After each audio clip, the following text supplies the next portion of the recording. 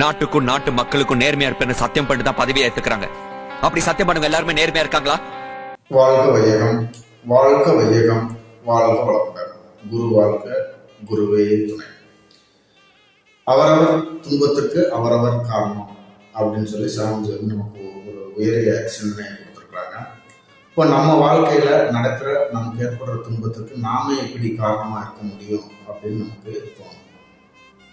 அது எப்படின்னா, இப்போ நம்ம வாழ்க்கையில இப்போ உதாரணத்துக்கு ஒருத்தர் வந்து 85 ஆண்டுகள் வயசாகுதுன்னு வச்சுக்கிறோங்க. அவரோட அப்பாவுக்கு வந்து 110 வயசு. இப்போ அவங்க அப்பா இறந்து போயிடுறாரு. இவர் வருத்தப்படுறாரு. இப்போ இதில் எப்படி வந்து நம்ம துன்பமாக எடுத்துக்கிறது அப்படின்னா, இப்போ அவங்க அப்பா 110 வயசுக்கு மேலே இருந்தால் அவருக்கும் துன்பம், நமக்கு அவரை பாதுகாப்புறதுல துன்பம், அந்த ஆன்மாவுக்கு துன்பம் ஏற்படும். இப்போ அவர் இறந்து போனது வந்து அவருக்கும் விடுதலை, நமக்கும் விடுதலை அப்படிங்கிற முறையில் எடுத்து நமக்கு எப்படி துன்பமாகும் அப்படின்னு சிந்திக்கணும். அதே மாதிரி சாப்பாடு வந்து நம்ம உடல் ஜீரணிக்க அளவுக்கு தான் சாப்பாடு இருக்கணும். சாப்பாடு உடலை ஜீரணிக்கிற மாதிரி இருந்தா அப்படின்னு சொன்னா எப்படி இருக்கும்? நமக்கு அஜீரணமாகும். அப்போ அதுல என்ன இருக்கு? இன்பமாவே இருக்குன்னு நினைச்சிட்டு திரும்பி நம்ம வந்து துன்பப்பட்டிருக்கிறது துன்பம் அப்படின்னு வந்து சாமி சொல்றாங்க. இதே மாதிரிதான் வந்து இப்போ பாத்தீங்கன்னா, இப்போ நம்ம ஒவ்வொருத்தரும் வந்து ஒரு பிடி உணவுல உலக ஒற்றுமையை கண்டிடு அப்படின்னு சாமி சொல்லியிருக்காங்க. அப்போ ஒரு பிடி உணவு எடுத்துட்டோம் அப்படின்னு சொன்னா, அதை விவசாயம் செஞ்சவர், அந்த மண்ணை பண்படுத்தியவர், அதுக்கு உண்டான வாகனங்கள், அது வந்து திரும்பி விளைஞ்சதுக்கு அப்புறம் எடுத்துட்டு போனது, அந்த வாகனங்களுக்கு உதிரிப்பாக செஞ்சவங்க பார்த்தீங்கன்னா, இந்த உலகத்தில் உள்ள 830 கோடி மக்களோட பங்கும் அதில் இருக்கும். அதுவும் போக அந்த ஒரு கோடி உணவுல நம்ம சாப்பிட்றதுடைய கழிவு, அந்த கழிவை சுத்தம் செய்யறதுக்கு வாங்குற மூலப்பொருட்களுக்கு நம்ம வரி செலுத்துறோம். அது மாதிரி ஒவ்வொரு விஷயத்துக்கும் செலுத்துற வரி பணத்துல தான் இந்த தேசமே, இந்த உலகமே, இந்த பிரபஞ்சம் இயங்கிட்டு இருக்கு அப்படிங்கிற நம்ம எல்லாம் புரியும். அப்போ இதுல இப்போ நம்ம வந்து அப்படி இயங்குற இந்த சமுதாயத்தை நம்ம வழிநடத்துறதுக்காண்டி பொறுப்புக்கு வரோம் இல்லையா? இப்போ நம்ம நாட்டினுடைய தலைவர்கள் அப்படின்னு எடுத்துக்கிட்டோம்னா, ஜனாதிபதி இருக்காங்க, உச்சநீதிமன்ற தலைமை நீதிபதி இருக்காங்க, அது கீழே உண்டான பணியாளர்கள் எல்லாமே இருக்காங்க.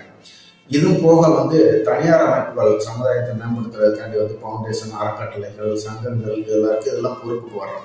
இந்த மாதிரி பொறுப்புக்கு வர்றோம் இல்லையா?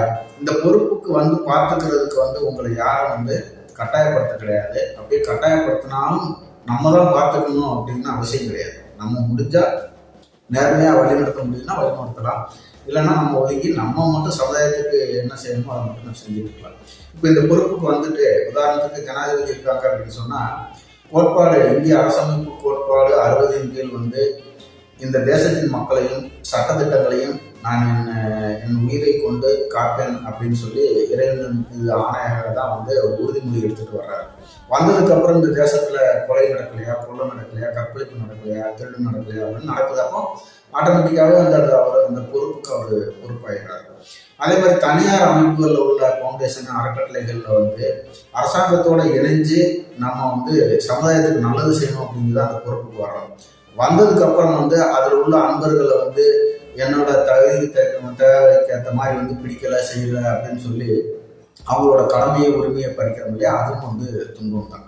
ஏன்னா உங்களுக்கு ஒரு தவறு தெரிஞ்சுன்னா அந்த தவறு நடக்காமல் இருக்கிறதுக்கு, சீர்திருத்தத்துக்கு உண்டான உரிமை தான் இந்த பிரபஞ்சத்தில் இறைவன் நமக்கு வழங்கியிருக்கிறாரே தவிர, அவங்கள அவமானப்படுத்தவோ, அசிங்கப்படுத்தவோ, நீக்கவோ, ஒதுக்கவோ எந்த விதத்துலையும் நமக்கு உரிமை கிடையாது அப்படின்னு புரிஞ்சுக்கிடணும். இல்லை அப்படின்னு சொன்னால் அதுக்குண்டான துன்பங்களை நம்ம ஏற்றுக்கிட்டாங்க.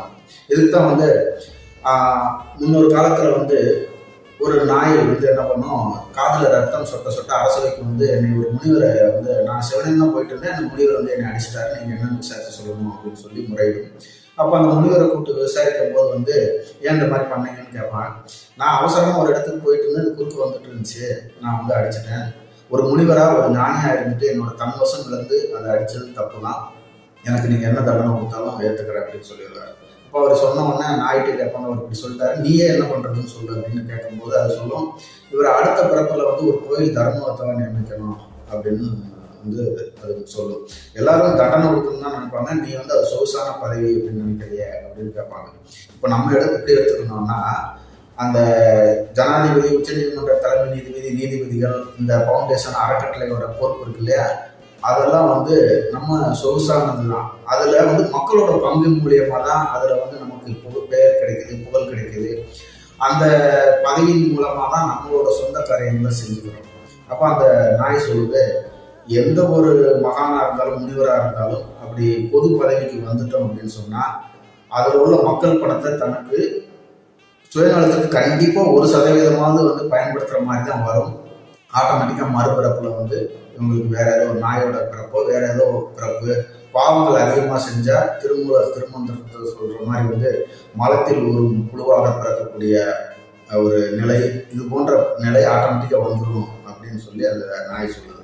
அப்போ நம்ம இதிலிருந்து சிந்திக்கக்கூடியது என்ன அப்படின்னு சொன்னால், சொகுசான பதவின்னு சொல்லி அதில் வந்துட்டு அதுக்குண்டான நோக்கத்தையும் கடமையும் செய்யலை அப்படின்னு சொன்னால் நமக்கு உண்டான துன்பம் நம்மளே தான் ஏற்றுக்கிறோம். இப்போ நம்மளே தான் அந்த பதவியில் இருக்கிறோம் அப்படின்னு வந்தோம். அப்போ இதெல்லாம் புரிஞ்சுக்கிட்டு நம்மளோட துன்பத்துக்கு நம்ம தான் காரணம் அப்படிங்கிற முறையை உணர்ந்து இந்த தேசத்துக்கும் இந்த சமுதாயத்துக்கும் எப்போதும் நலமே செய்யக்கூடிய, நலமே எண்ணக்கூடிய வகையில் நம்ம வாழ வேண்டும் என்று கூறி இன்றைய சிந்தனையை நிறைவு செய்து கொள்கிறோம். நன்றி. வாழ்க வளமுடன்.